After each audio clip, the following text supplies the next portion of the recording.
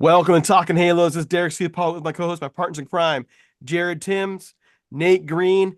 We're here as part of the Blue Wire Network talking Angels baseball. It is the offseason. The World Series is over, and the Angels are making some moves right away. Jared, how you doing? I am good, very good. Early and often seems to be the trend for Perry and staff. But no, it's like always, off season's a lot more fun than regular season, and I mean we're off to a 10-0 start right now in this off season. So that's what it What? feels like. I know I'm maybe not wins, but like for talking about the Angels, we have at least a lot of stuff to talk about. Maybe not 10-0. Let's say like 7-2. Okay, so I gotta admit, I've been kind of busy here. I missed the podcast for Soler. Does that mean you're happy with Soler? I mean, yeah. Well, Uh, sure, why not? I mean, you got yourself a DH that can play 40 games in the outfield and hit probably 25 home runs. And you traded him for nothing. You know, you took on his salary, so you basically signed a free agent in a sense there, right? Like you gave up Griffin Canning, who one of the worst pitchers in baseball. I'm sure we're going to talk about him here in a second with his Hendricks signing, but you gave up one of the worst pitchers in baseball last year for free agent. Basically, that's what you did. That's why the way I'm thinking about the Soler sign or trade. all right, Nate. It's gonna be an interesting one today, fellas. All right, so let's jump I into it. can't Well, wait. for the record, I don't know how I feel about Griffin Canning. He's going to be asking for more in arbitration than I think he's worth. You still saw flashes of him, but it's clear that it wasn't going to happen in Anaheim. I get it, but for all people, Soler and his salary and the downward trajectory he took last season after a good one a couple of years ago, I have some concerns about that. But it's not the worst move ever. So give it a shot. Give it a shot. But that takes us to Kyle Hendricks. Angels sign him for 1 year, $2.5 million. Nate, how you feeling? Well, you did say it wasn't the worst move ever, Jorge Soler, but this could have been actually the Kyle Oh, Hendricks signing. with his Um, and 85 and mile an I'm hour fastball. and I'm a big fan of the professor. Actually, I do love Kyle Hendricks. Loved watching him with the Cubs. He was a good pitcher. He hits his spots, but like he's past his prime. He's done. He was throwing like 85, 86 this year. It was pretty bad. Um, Somehow he always dominates the Cardinals, so he pitched well against the Cardinals to end the year and things like that. But like, yeah, he's done. He's past his prime. I was shocked. I have a really good friend who's a Cubs fan, and I sent him a text in probably August, and I said I'd be shocked if Kyle Hendricks gets a major league deal this offseason. And of course, Perry goes, hold my beer, watch me do it. And I said, wow. Um, the Angels need pitching. They need a lot of pitching, but this is not the answer right here. 85 mile an hour righty is not the answer. We already have Tyler Anderson. He was bad towards the end of last year. Not a great start to the offseason for me. Jared, I'm not going to complain about 2.5 million. It's not a great signing by any means, but 2.5 million, it is what it is. Like I said, not a great signing. It brings more problems than it does solve answers for me, especially if you think he's in the rotation. If you think I don't know, is he in that Jaime Barria role in the bullpen? I guess we'll wait and see. But for me, it brings up more questions about the starting rotation than it does answer questions. The Angels still need to go get some more starting pitching. But the question I will ask is, does this open some type of trade for Tyler Anderson to maybe dump some salary? I mean, because in a sense, you're thinking that, I mean, Hendricks and Anderson are probably going to have pretty similar years next year. Plus, I do not want to see Tyler Anderson and Kyle Hendricks in the same rotation for one of the I reasons do. that you guys, I don't. I'm sorry, I This is don't going to want hold be on, to. impressive. No, it's hold not. on a It minute. won't Hold happen on. though. That's the thing.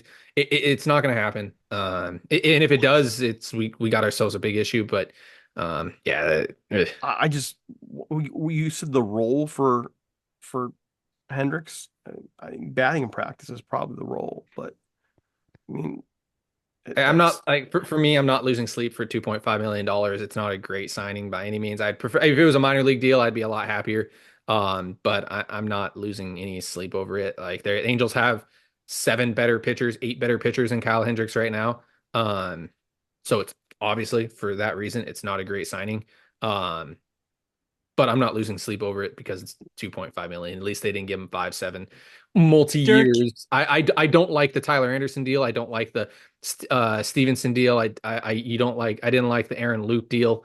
Um, more than this deal. I mean, I'm not gonna lose sleep over Kyle Hendricks being a 1 year 2.5 million. Plus, Perry already came out and said, or at least I saw some report that Perry said that they're bringing in Hendricks to kind of be a mentor in a sense. put the So mentor on the coaching staff. Don't put him on the major league roster. it's fine. Derek, Give can him I say run the one other team. thing too? Because what Jared's saying is pissing me off. Okay. Artie Go. Marino does not have an open checkbook here. Like he spends a lot of money, but he does put a ceiling on what he would like to spend. He is a very smart businessman. He knows that, hey, if I spend $200 million on players this year, I will make exactly this much in myself based on this, and this. Like he knows exactly how much he's going to spend every year. So for you to sit here and say, "Oh, it's only $2.5 million," but it's $2.5 million that are going against Artie's imaginary cap. Like Correct. Yes, we could have used this I'd two and a rather half see two million and a half dollars million on on a backup two catcher. relievers. I mean, no, they already have a backup catcher at the moment. We don't have a backup catcher. We Yeah, have a guy that stands behind home plate that catches on days that Ohapi doesn't. But he is not a backup catcher. He is not a good player. Um, they have a lot of problems. $2.5 million could have been spent so much better. The bullpen, you could have spent it there, which I don't think you could have. You should spend it there. You could spend it at backup catcher. You could spend it on another infielder. Like this is a horrible signing. This is an F minus signing for me. I'm not losing sleep over $2.5 million. But Remember when you said that about Aaron Hicks last year? Let me just I didn't lose remember sleep when over Aaron Hicks. He played it, he played on the Angels roster for like 2 weeks and then got DFA'd. I Like don't I didn't even lose sleep over drink, it. and I need a beer right now. Are we it, seriously going to sit here and take this whole podcast debating over $2.5 What? million? No, I agree like with both this. of you, by the way. I hate the signing, I but don't I'm like still not it. going to lose sleep over it. I said I don't it's like the just signing, but I'm awful. not losing It's sleep over just two point awful. five million dollars. Like Just what are we doing? Like what are we It doing? We would need be nice starting to know pitching. what we're doing. It would be nice to know what the Angels are doing. There are plenty of good free agents out there. If they want to bridge a gap between development and other minor leagues and still compete, you can go out there and spend a little bit of money and compete next year. Not win anything next year, but at least be competitive. Why they're bringing in Hendricks is beyond me. On November That's what we should be 6th, talking about. Like he was going to be there looking for a team on January 6th. February 6th. Like Probably. I'm not sure why. Nonetheless, I there's other guys out there or not. I'd rather focus on. Well, hold on, Nate. What do you think of the Scott Kingery trade? Scott Kingery comes over from the Phillies. He's added to the 40 man right away. Are you happy with that? Sad about that? How you feeling? he had to be added to the 40 man, otherwise he would have been a free agent. But he said he would have opted out if they didn't add him to the 40 man. I know some people talked with some people and excited about like, am I excited about Kingery? No, but I think he's better than Jack Lopez. Like, is that fair to say? Like, he should be in Jack Lopez's role where he starts the year in AAA, and if there's a couple injuries, like he can make the major leagues. But like, there's at least some promise with him. He was a former top prospect. Like, there's some interesting pieces about him. Maybe a scenery change could help him, but like, they didn't give up anything for him. I don't know. All they did was give him a roster spot, so I'm not really worried about that one at all. I'm more pissed off about this one because it goes towards Artie's. It goes $800,000 towards Artie. You guys probably can't hear it in my voice. I'm sorry. That was a joke. No. I that's cool. We don't like the jokes. I mean, come on. I'm not losing sleep over Sky. I mean, my my batting practice joke just flopped too, so it's that kind of night, I guess. That's fine. I give my opinion. I'm fine with Kingery as well. I mean, he can play all over the diamond. Literally can play all over the diamond. If you want to put him in the outfield a little bit, he can. You want to play, put him in the infield, play shortstop, he can do that as well. I mean, hits for power, hits for some power down the minors last year. I think he hit 25 home runs for the Phillies, which it's a bandbox. That's a small park where they play in AAA. But regardless, yeah, I mean, if he's Willie Calhoun next year, it's kind of nice. It's just a nice depth piece to have. I'm fine with it. He might blossom a little more over here. We'll definitely get more playing time, and that's it. There's a whole lot right now. I'm kind of just waiting for. It's pretty clear the Angels are going to make a lot of moves this offseason. I'm sure we're going to be complaining about a lot of them. We're going to be happy with some of them, I hope. But I don't understand what they're really doing yet. And a matter of fact, I haven't really understood what they were trying to do for the last 3 or 4 years.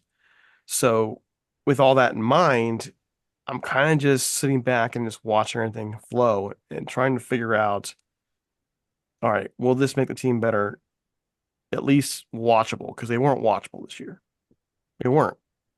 I just want a team that's at this point, my bar's low. Just give me a team that's watchable for now. Build something, but for now, just watchable. Ryan Noda, DFA by the A's. Angels go ahead and claim him. All right, Jared, Ryan Noda.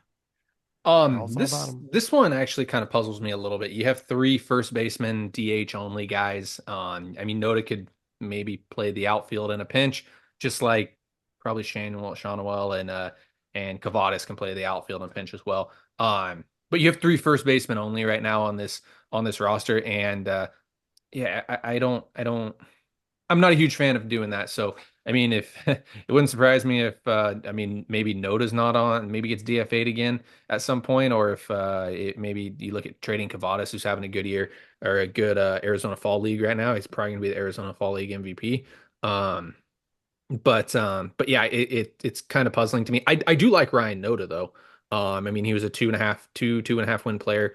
Almost won AL Rookie of the Year in 2023 with the A's, I think. But yeah, the fact that he can only play first base is uh it's not the best, and that's a little puzzling to me. I'm not 100% sure what they're doing there at first base, but I do like Ryan Noda. I'll say that I like Ryan Noda probably a little more than I like Cavadas. And you're probably not gonna not play Nolan Shannawell at first base. So yeah, it's a nice depth piece. So we'll see what happens there with Noda, Where does this leave Nolan Shanwell right now? the starting first baseman. Yeah. Yeah, he's the Angel starting first baseman at the moment, unless you think that he's. I mean, maybe you think that he might play some third base at some point. I mean, there's been talk. There was talk about second base, third base, maybe a corner outfield spot. I don't know if that ever happens, but yeah, I mean, he's the Angels starting first baseman. I'm not so sure. I'm not so sure. And the reason why I'm saying that is um, I didn't really see a whole lot of buying in Nolan Shanwell this year. I know we didn't buy him anymore. And I'm wondering if they cut their losses. I'm being really negative on that one, and I apologize for that, but something about the way he played this year didn't sit well with me. He's still pretty young. I'm I the big mean, I know, I get it. I'm the biggest anti Nolan Shanuel guy out there, I think. I don't think he's very good, but it's his job.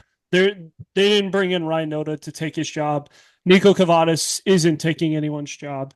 Um, it, this is one of those depth positions that Perry's going to sit here and tell us, hey, we didn't have enough depth net last year, so we're going to go get a guy who wasn't really good anywhere else. And he'll probably get Honestly, Ryan Noda, I will make this prediction right now.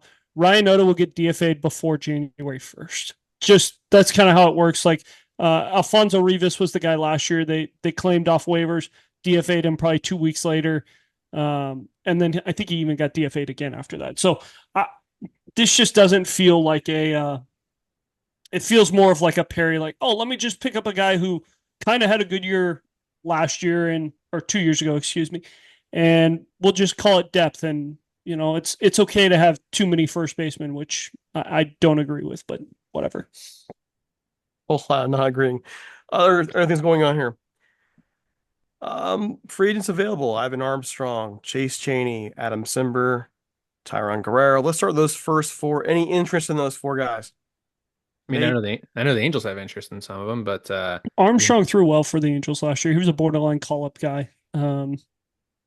He would be interesting just to bring back, see if he could pitch well in AAA and potentially pitch well in spring training, and maybe be a guy, a depth piece that they need later on. But other than that, Simber, no.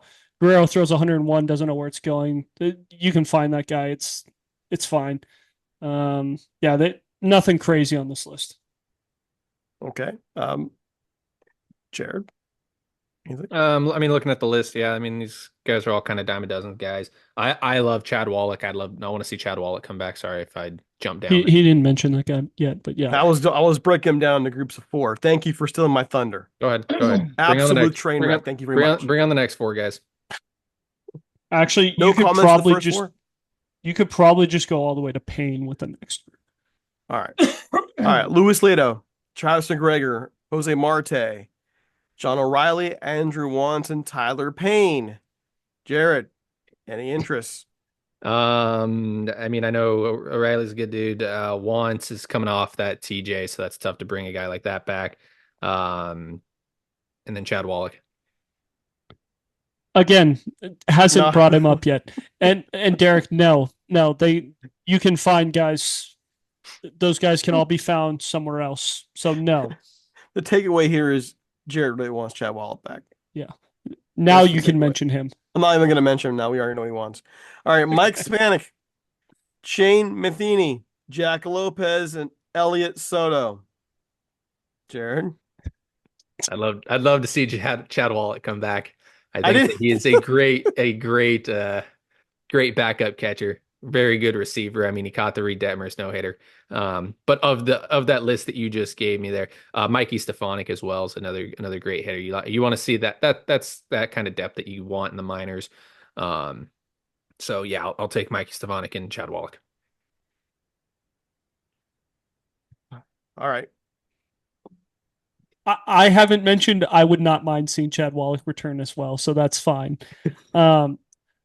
Nobody else you mentioned, that you can find somebody else. Preferably most of these guys that were mentioned, not all of them, some of them were AAA guys. I would like to see a little bit more of ex-major leaguers in AAA instead of, hey, they were once 40th round draft picks or once minor league or draft free agents. Like that doesn't excite me in AAA. Like I want to see a lot more like actual depth. Chad Wallach. Ryan Noda would be guy. Huh? Chad Wallachs. You want to see more Chad Wallachs? Okay. Yeah, a guy who's actually played in the leaguer in the last part of the list. We have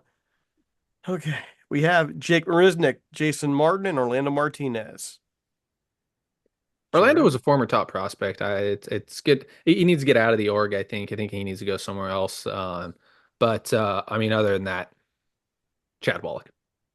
He says former top prospect in the 30th ranked farm in Major League Baseball. So I had him in the top 15 actually at one point. I think you had him 15th. Yeah, I liked Orlando. I mean, it was 2019. I think is when I had him in there. But I mean, I like Orlando. Jason Martin actually was really good last year in AAA when he was healthy. Yeah, he was hurt a lot.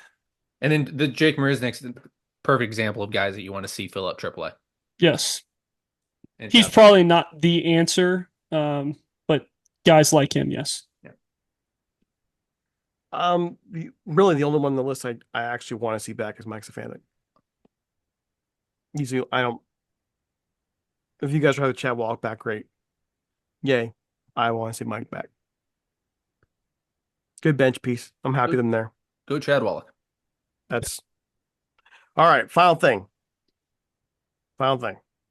Assistant GM. You're talking about being open for that. How you feeling about assistant GM, Nate? I would rather see a president of baseball ops. But again, beggars can't be choosers. If we get an assistant GM, can we get somebody who is actually good at their job? Because last time we had an assistant GM, it was very bad.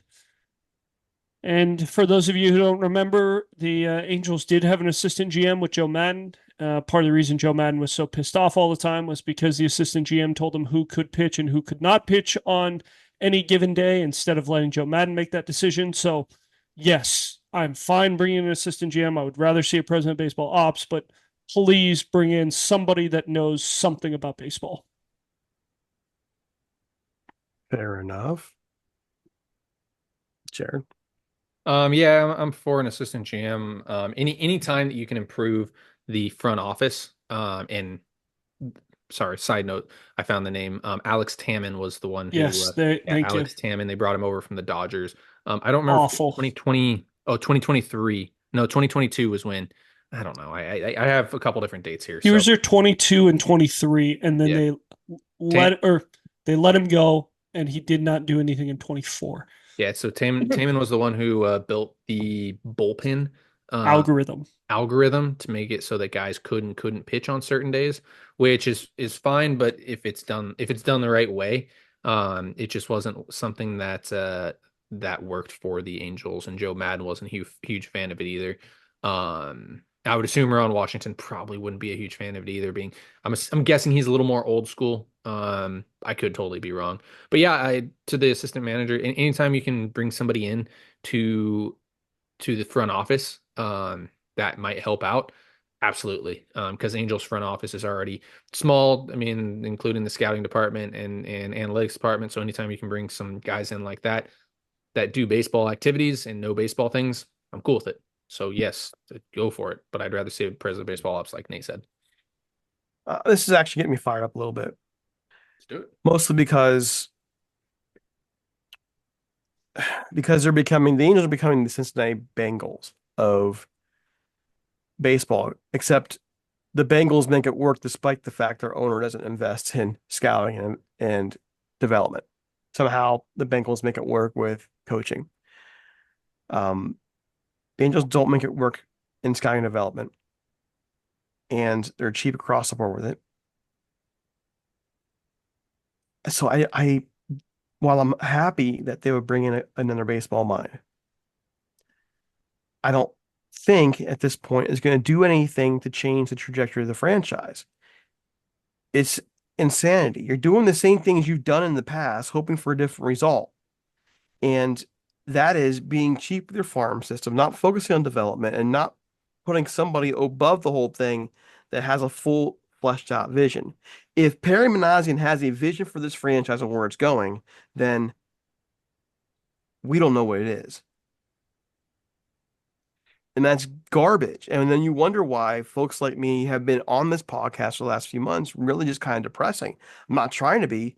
I'm dissatisfied with a franchise that 15 years ago was one of the best franchises in the league, that carried one of the best farm systems in the league. And here we are, embarrassed at is it 10 straight losing seasons and doing the same stuff over and over again, looking for a different result. So we can talk about this whole view of let's go ahead and hire this and hire that.